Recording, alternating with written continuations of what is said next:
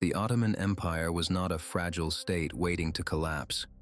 For centuries, it stood as one of the most powerful forces in the world. It controlled major trade routes, strategic cities, and vast territories across 3 continents. European powers feared its expansion. Merchants relied on its stability. Millions lived under its rule, shaped by its laws, its armies, and its authority. Yet this empire did not fall in a single moment. Its decline was gradual, complex, and deeply structural. The real question is not only how it collapsed. The deeper question is why it endured for so long. In the late 13th century, Anatolia was a fractured and unstable region. Old powers had weakened, and new forces competed in the ruins they left behind. The Byzantine Empire still existed, but its strength had faded significantly. The Seljuk system had broken apart under internal and external pressure. Mongol invasions had disrupted political order across the region. In this unstable environment, small Turkish principalities emerged along the frontier.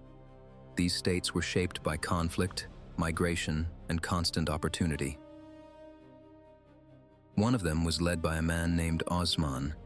His territory was small, but its position was extremely valuable.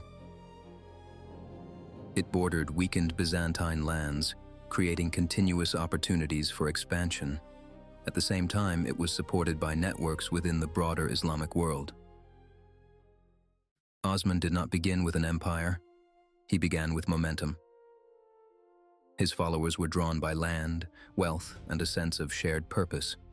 They were frontier warriors, shaped by instability and motivated by success. His leadership unified these groups into a cohesive force. This unity allowed the Ottomans to expand more effectively than their rivals.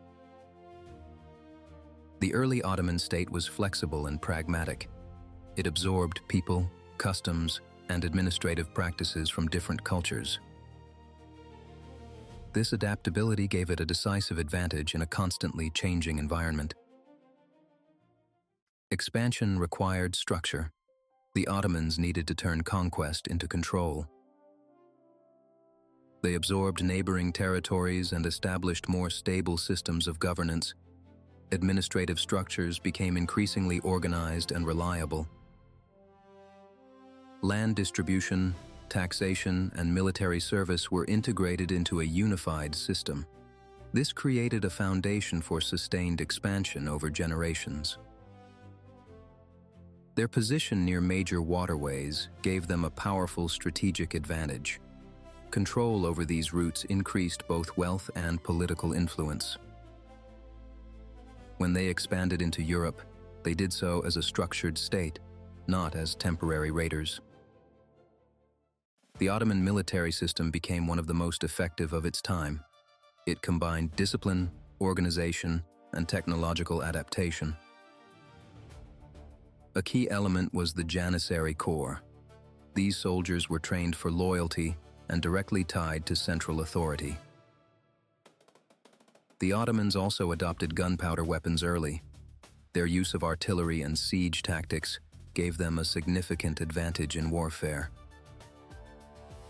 Military success was supported by logistics, administration, and consistent resource management. Victories could be converted into long-term territorial control. In 1453, the Ottomans captured Constantinople. This event transformed their position in world history. The city became the new imperial capital, later known as Istanbul. It served as the political, economic, and symbolic center of the empire. From this position, Ottoman expansion accelerated. The empire grew across the Balkans, the Middle East, and North Africa. Under rulers like Suleiman the Magnificent, Ottoman power reached its peak. The empire controlled vast territories and influenced regional politics on a global scale. At its height, the Ottoman Empire was a highly organized and prosperous state. Its capital was one of the most important cities in the world. The empire maintained a complex administrative system capable of governing diverse populations. It balanced central authority with regional flexibility. Religious communities were organized into structured systems that allowed internal autonomy under imperial control. This arrangement reduced conflict and made governance more efficient across vast territories. Trade networks connected the empire to Europe, Asia, and Africa. Wealth flowed through its cities, supporting infrastructure, culture, and political stability. Architecture, law, and scholarship flourished during this period. The empire projected both strength and legitimacy. Over time, structural challenges began to emerge. These changes were gradual but deeply significant.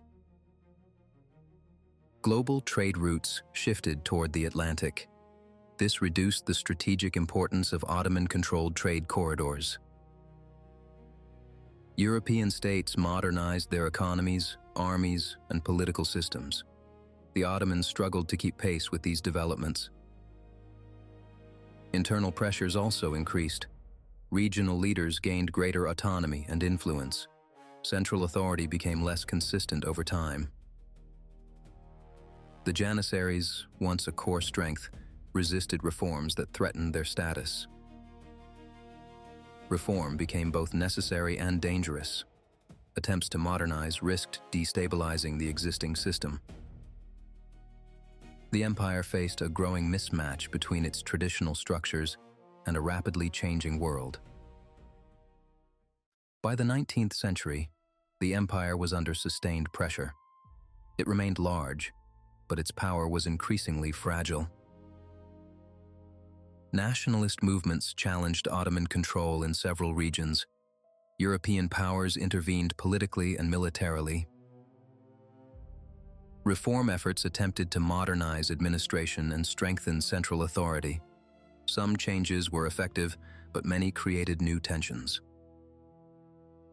The empire continued to lose territory and influence over time. The final turning point came during the First World War, when the Ottoman Empire entered the conflict and suffered decisive defeat. Military failure, political collapse, and foreign occupation ended the imperial system. After the war, the empire was dismantled. Its territories were divided, and a new political order emerged in its place.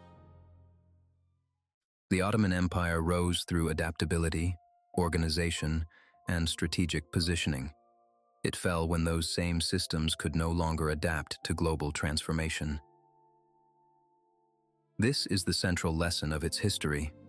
Power depends not only on strength, but on continuous adaptation. For centuries, the Ottomans maintained a balance between military force, governance, and diversity. But that balance became increasingly difficult to sustain as internal structures slowed and external pressures intensified. The Ottoman Empire shows how long success can conceal structural limits, and how even powerful systems eventually face challenges they cannot overcome.